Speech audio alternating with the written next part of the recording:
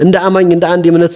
ሰው እንዲታረቅ አገር እንዲድን ማህበረሰብ ላይ ያለን ቁርሾና ፈተና እንዲነሳ በቀል እንዲቀርብለ ሃይማኖት አባቶች ይቅር ብለው እርቅን ጠይቀው ሁሉንም ለማስቆም ቢሄዱ መክፈል ካለባቸው ህይወት ቢከፍሉ ክብር ኮኖ ለዛ ይሄንን ማድረግና ይሄንን መድፈር ካልቻለን ስህተትን በስህተትነቱ ያወገዝን ዛሬ ተፈርቷል ስህተት ከማን ወገን ነው ስህተቱ የተሰራው የከሌ ወገን ከሆነ ወገን ስለሆነ ሊነካ ይገባው መልካምነቱ ከማን ነው ከከሌ ከሆነ መልካምን ቢሆን አንቀበለው ምክንያቱም ከሌ ስለሆነ ያመጣው ይሄ እስላም አይደለም የኛ መርሄና ያዘነ ሁሉንም በልካቸው ነው አድል ነው ወላ ይጅሪመነኩም ሸናኑ ቆሚን የሰዎች ጥፋት ፍትህን እንዳታዛቡ እኮ ነው መልካም ነገር እንዳይጋርድባችሁ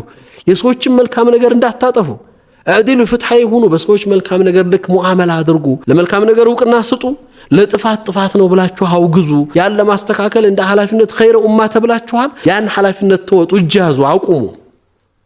ያ ነው ትክክለኛው መስመር ነው በየማስበው